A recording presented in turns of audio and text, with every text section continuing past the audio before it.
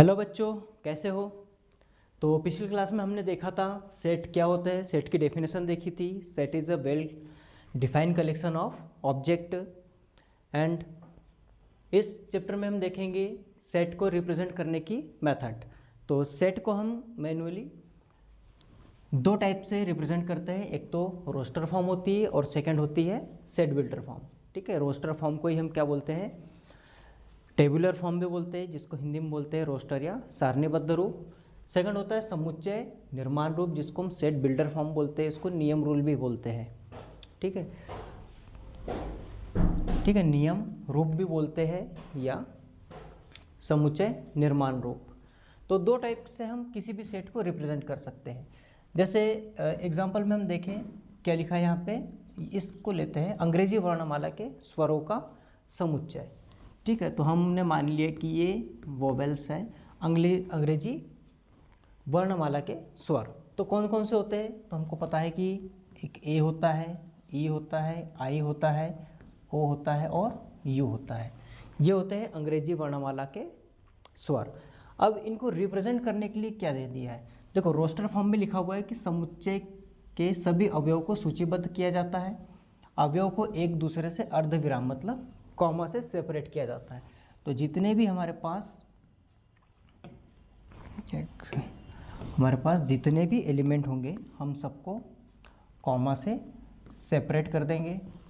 ठीक है, और मंझले कोष्टक मतलब करली ब्रैकेट, ये जो हमारा होगा हम इनको करली ब्रैकेट में सेपरेट करेंगे।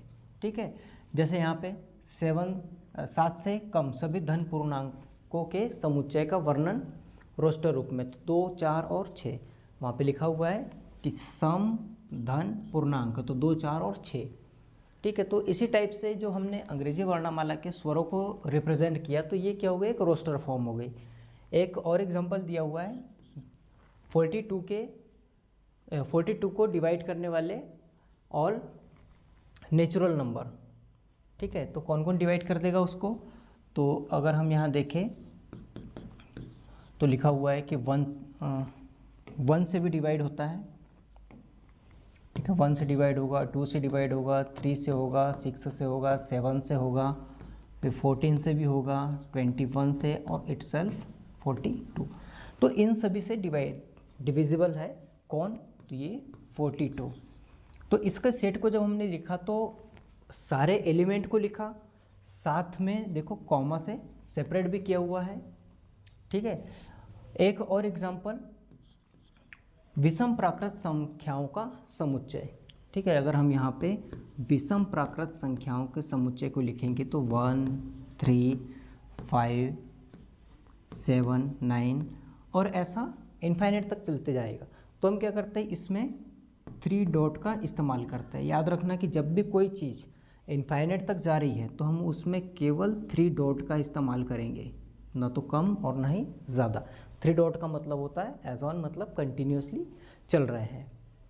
ठीक है, यहाँ पे लिखा है अंत के बिंदु जिन की संख्या 3 होती है, यह बतलाते हैं कि विषम संख्याओं की सूची अंतहीन है। मतलब जहाँ भी हम 3 डॉट लगा देंगे मतलब वो कंटिन्यूसली चलते जाएंगे। अब एक रूल यहाँ पे ये याद रखना है, वैसे तो 2 रूल हैं। तो फर्स्ट रूल क्या है हमारा, फर्स्ट रूल यहाँ पे लिखा हुआ है कि क्रम का महत्व नहीं होता, मतलब उनका अरेंजमेंट। जैसे अगर हम ये वी वाले को देखें, वी वाले को अगर हम देखें तो ए, ई, आई, ओ और यू हमने इस टाइप लिखा है। अगर हम इसको ऐसा भी लिखते, ई पहले लिख दिया, आई लिख दिया, फिर यू लिख दिया, फिर और इस टाइप से हम अगर इसको लिख देते हैं तो भी कोई प्रॉब्लम नहीं है इसमें। इसमें क्या है, अरेंजमेंट का कोई रूल नहीं है, मतलब जो क्रम है हम आगे पीछे करके लिख सकते हैं। तो ये क्या है, पहला रूल। सेकंड रूल जो हमारा है, सेकंड रूल क्या है इसमें कि अवयव को सामान्यतः दोबारा नहीं लिखते, मतलब किसी में अगर वर्ड रिपीट हो रहा है।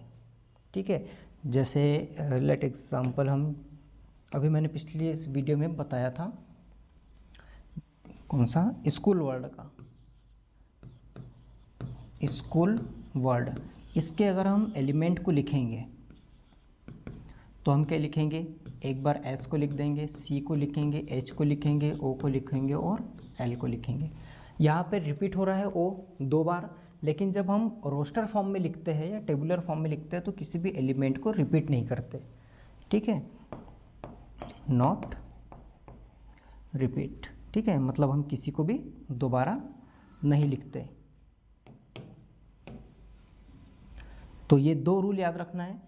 पहला क्या कि जो अरेंजमेंट होता है, क्रम जो होता है आगे पीछे हम लिख सकते हैं, ठीक, और दूसरा याद रखना है कि हम किसी भी एलिमेंट को रिपीट नहीं करेंगे, ठीक है। तो ये 2 रूल हो गए। किसकी बात कर रहे हैं हम अभी हम कर रहे हैं सिर्फ रोस्टर या टेबुलर फॉर्म की, सारणीबद्ध रूप की। तो अगर हमारे पास कोई भी है, जैसे हमारे पास जो सेट होंगे, समुच्चय होगा, वो तो शब्दों में लिखा होगा, जैसे क्या, संख्या 42 को विभाजित करने वाली सभी प्राकृत संख्याओं का समुच्चय। तो संख्या 42 को विभाजित करने वाली संख्याओं का समुच्चय, मतलब इसका मतलब ये है कि 42 को ए डिवाइड कर रहा है, एक है एलिमेंट, तो ये सारे के सारे उसको डिवाइड कर सकते हैं। तो हम उसको अगर हम सेट की फॉर्म में लिखना चाहें तो हम इस टाइप से लिख सकते हैं, इसको बोलते हैं हम रोस्टर फॉर्म, ठीक। ऐसे ही अंग्रेजी वर्णमाला के स्वर, तो ये हमने लिख दिए ए, ई, आई, ओ, यू, तो ये सब क्या लिखे हमने, अंग्रेजी वर्णमाला के स्वर, इसको समुच्चय में रोस्टर फॉर्म में लिखा है, ठीक है। अब सेकंड है हमारा समुच्चय निर्माण विधि। समुच्चय निर्माण विधि को हम क्या बोलते हैं, सेट-बिल्टर फॉर्म, ठीक है, सेट-बिल्टर फॉर्म या रूल फॉर्म भी बोलते हैं इसको, ठीक है। तो उसमें क्या होगा कि उसमें हम सेट की डेफिनेशन टाइप का लिखते हैं, मतलब उससे हम देख के समझ जाते हैं कि टेबुलर फॉर्म कैसे बनेगी। तो इसमें क्या होता है, समुच्चय निर्माण में, सेट बिल्डर में, किसी समुच्चय के सभी अवयवों में एक सर्वनिष्ठ गुणधर्म होता है जो समुच्चय से बाहर किसी अवयव में नहीं होता। मतलब हम ऐसी डेफिनेशन या इस टाइप का सेट लिखेंगे कि वो सिर्फ उसी सेट पे अप्लाई होगा, अदर किसी पे अप्लाई नहीं होगा। जैसे यहाँ पे एक एग्जांपल लिखा है, क्या लिखा है, V, ठीक है। तो ये समुच्चय निर्माण विधि लिखी हुई है, मतलब समुच्चय निर्माण रूप लिखा हुआ है, लेकिन इसको बोला क्या गया था, तो इसमें प्रत्येक अवयव अंग्रेजी वर्णमाला का एक स्वर है और गुणधर्म कोई और नहीं है। तो यहाँ पे अगर हमने इस टाइप में लिख दिया x सच दैट x अंग्रेजी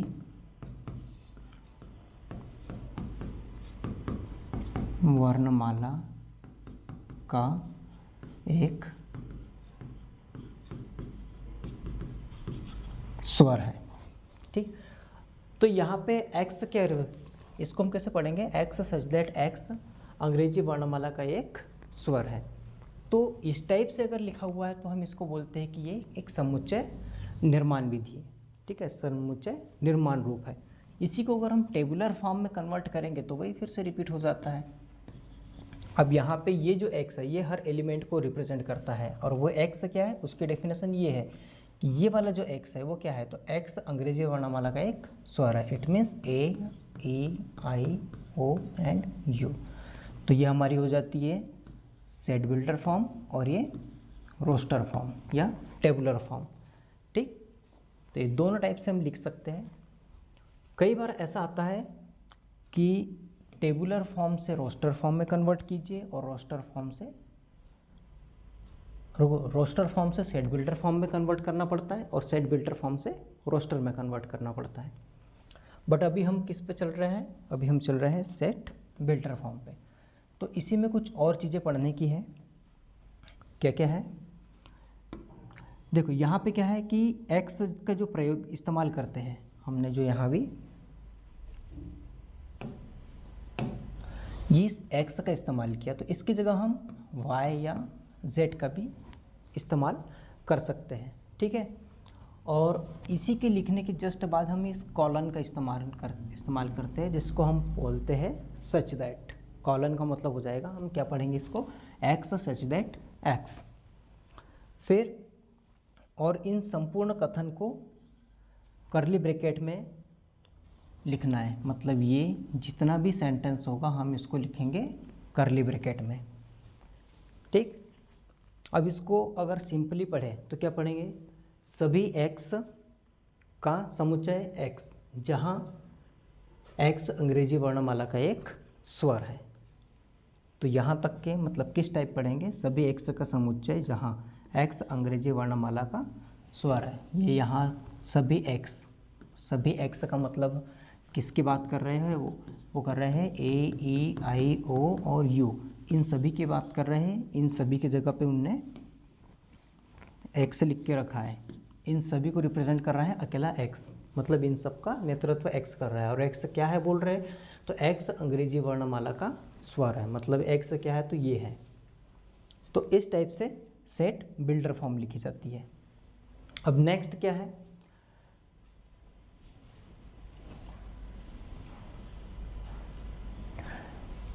उसको रिप्रेजेंट करने का ही तरीका है। अब 2-3 टाइप से हम मतलब जो सेट बिल्डर फॉर्म होती है हम उसको ऐसा ज़रूरी नहीं कि उसको एक ही फॉर्म से लिख सकते हैं, लिखने के 1-2 तरीके अपने अपने हो सकते हैं। जैसे एक एग्जांपल दिया है, कौन सा, A,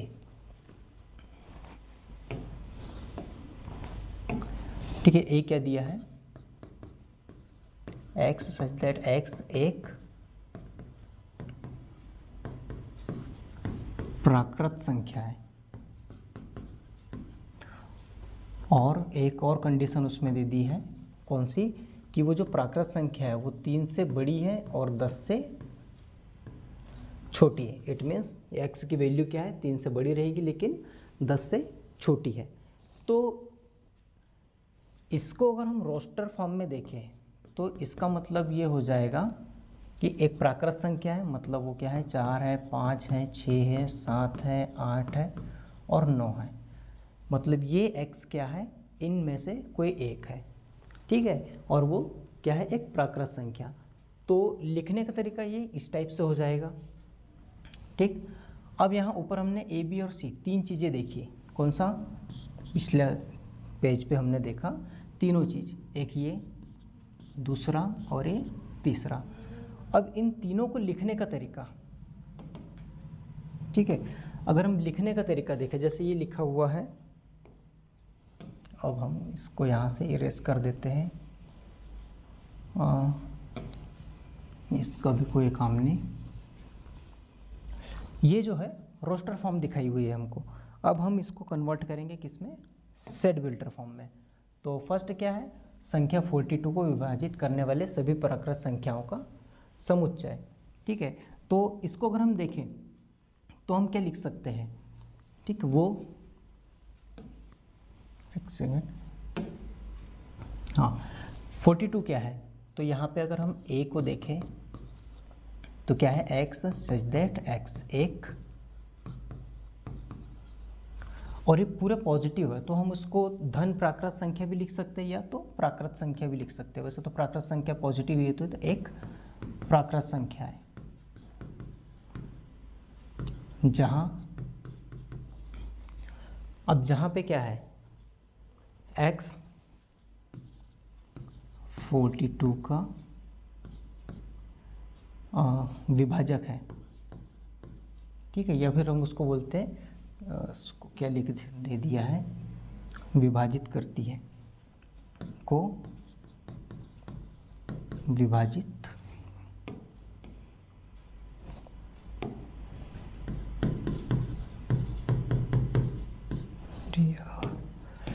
थोड़ा सा करती है, ठीक है, और इसको कर्ली ब्रैकेट से बंद। तो यहाँ पे क्या लिखा है, संख्या 42 को विभाजित करने वाली सभी प्राकृत संख्याओं का समुच्चय। तो ये x क्या रिप्रेजेंट करेगा कि 42 को जितने भी नंबर डिवाइड करेंगे वो उनको रिप्रेजेंट करेगा। सेकंड क्या हो गया, b अंग्रेजी वर्णमाला के स्वर। तो यहाँ पे वही लिखेंगे, x सच दैट x अंग्रेजी वर्णमाला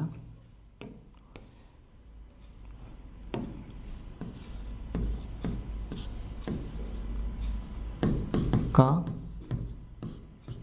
स्वर है, या का एक स्वर है भी लिख सकते हैं हम वहाँ पे, क्योंकि ये एक एलिमेंट को ही रिप्रेजेंट करता है। ठीक, थर्ड क्या है, x सच दैट x। अब यहाँ पे हम इसको दो तीन तरीक़ों से लिख सकते हैं, ये विषम प्राकृत संख्या है। ठीक है, तो x सच दैट x एक विषम प्राकृत संख्या है। तो ये जो तीनों रोस्टर फॉर्म थे, हमने तीनों को किस में कर दिया, सेट बिल्टर फॉर्म में। ठीक, अब यहाँ क्या है, x और y और z लिया हमने, तीनों को x लिया था। अब कुछ एग्जाम्पल है। ठीक है, तो फर्स्ट एग्जाम्पल क्या है, फर्स्ट एग्जाम्पल दिया हुआ है, एक इक्वेशन दी हुई है। इक्वेशन में हम क्या देखेंगे कि समीकरण दिया हुआ है,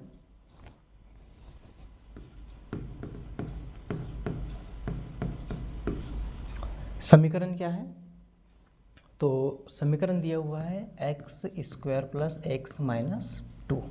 ठीक,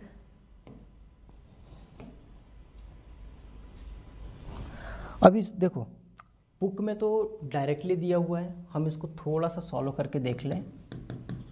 x square plus 2x minus 2, तो यहाँ पे x कॉमन निकाल के x प्लस 2 माइनस 1 कॉमन निकाल के x प्लस 2, हमारे पास आ गया x प्लस 2 कॉमन और x माइनस 1। अब यहाँ पे अगर हम देखेंगे तो x की एक वैल्यू माइनस 2 आ रही है और x की एक वैल्यू आ रही है प्लस का 1। ठीक है, तो जो यहाँ पे दिया हुआ है कि x की वैल्यू क्या है 1 और माइनस 2, तो वो हमने भी निकाल लिया कि x क्या है माइनस 2 और 1 है। इसका मतलब उस इक्वेशन के अगर हम लिखें, उस इक्वेशन के जो एलिमेंट हो गए तो वो क्या हो गए -2 एंड 1, ये उसकी रोस्टर फॉर्म होगी। ठीक है, और सेट बिल्टर फॉर्म तो दिया हुआ ही है, वो ये जो इक्वेशन है वो एक सेट बिल्टर फॉर्म है। सेकेंड क्या लिखा हुआ है कि समुच्चय x सच दैट x एक धन पूर्णांक है और x इसका जो स्क्वायर है वो 40 से नीचे है। ठीक है, तो अब इसको इरेज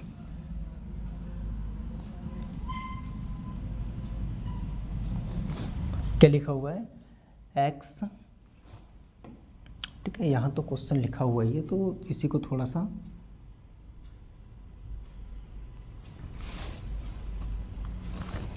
क्या लिखा हुआ है कि x का स्क्वायर, तो हमको पता है कि 1 का स्क्वायर 1, 2 का स्क्वायर 4, 3 का स्क्वायर 9, 4 का स्क्वायर 16, 5 का स्क्वायर 25, 6 का स्क्वायर 36 और 7 का स्क्वायर अगर देखें तो 49। बट यहाँ पे क्या लिखा है 40, तो इसका मतलब ये नहीं आएगा। कौन आ रहा है, तो अगर हम उसमें देखें सेट में तो हम इसमें लिखेंगे 1 2 3 4 5 एंड ओनली 6, क्योंकि यही आएंगे, यही इसका क्या हो जाएगा रोस्टर फॉर्म होगा। नेक्स्ट जो थर्ड एग्जांपल है उसको क्या है सेट बिल्टर फॉर्म में कन्वर्ट करना है, वो दिया हुआ है किसमें रोस्टर फॉर्म में दिया हुआ है। अब अगर हम उसको सेट बिल्टर फॉर्म में कन्वर्ट करते हैं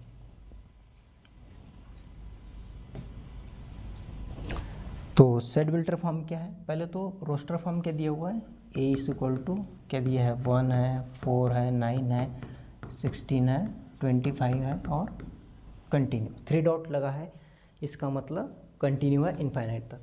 तो यहाँ पे हमको ये दिख रहा है कि क्या है 1 का स्क्वायर है 2 का स्क्वायर है 3 का स्क्वायर है 4 का स्क्वायर है 5 का स्क्वायर है और कंटिन्यू चल रहा है। तो हम इसको यहाँ पे लिख सकते हैं क्या कि x सच दैट x क्या है, तो x एक प्राकृत संख्या का वर्ग है। ये क्या है x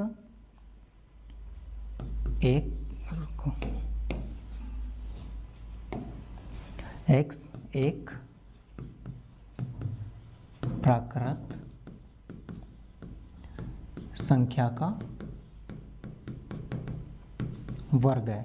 साथ में एक और चीज़, मतलब ऐसा ज़रूरी नहीं कि सिर्फ ऐसा ही तरीके से लिख सकते हैं, इसको और एक तरीके से लिख सकते हैं, एक्स सच दैट एक्स, और यहाँ पे लिख सकते हैं एक्स को बिलोंग्स टू, नहीं एक्स क्या है, एन स्क्वायर है, और जहाँ